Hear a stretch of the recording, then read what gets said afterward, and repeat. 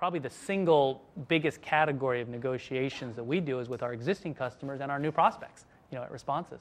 So again, all over the map, just two observations I would make that might be somewhat definitive about, my approach is, one, discovery up front about what someone's expectations and what they want to achieve is by far the most important thing you can do.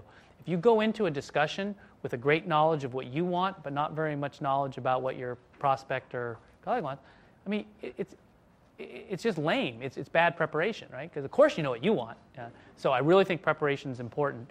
And one of the things you should realize is that if it's a new customer, someone's been in the sales process and they should have done a good discovery about what the company was going through, what their business objectives were, how they measured success.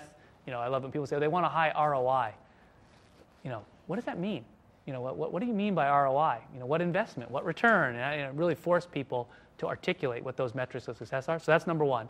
If you know what they want, that helps a lot. And two is being comfortable on what points you have to be firm on.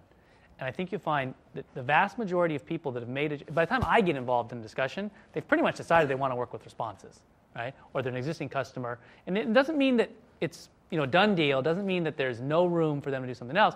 But if I get pulled into it, they pretty much probably want to work with us. And so you want to be really customer service oriented and really focus on making them feel good. But you have to let them know where the lines are. If you blur it, you set yourself up for later dissatisfaction. So if I say, I might take the price a little lower, but I'm not sure, all the other person just heard is, if I don't get the price lower, I didn't get the best thing I could for my company, or I didn't do a good job. So you have to make really clear, real clear distinction on what points you're firm on. I think that's the second piece.